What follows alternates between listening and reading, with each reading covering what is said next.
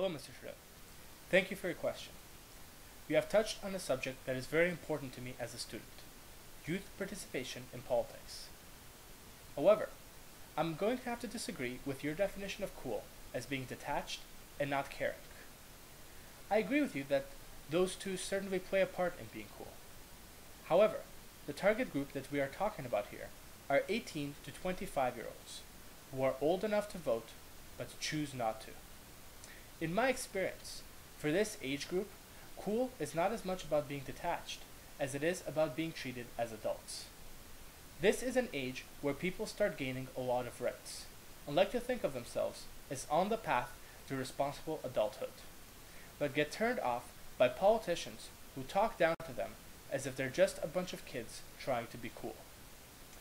It is important not to confuse an age gap with a generational gap. An age gap is temporary. People grow out of it. If you try and appeal to the age gap, you risk offending the youth and turning them off the system. Also, the young people are smart enough to see right through it most of the time. The generational gap represents the things that people don't grow out of. The obvious example here is the use of technology: cell phones, the internet, text messaging, and social networking. So that as Prime Minister, that is how I intend on getting the youth more involved. I would move away from addressing the age gap and focus on the generational gap. Treat the youth like adults.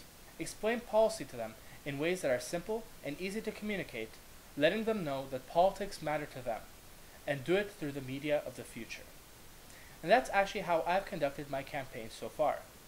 My community event was based on engaging the youth in politics, while explaining the policies to them in the same clear way that I try to explain them to everyone else. My vote campaign has been conducted mainly through the internet and cell phones. The campaigns of the 21st century will be conducted over these media, and to have any chance of reaching the next generation of voters, we must embrace this shift. Thank you.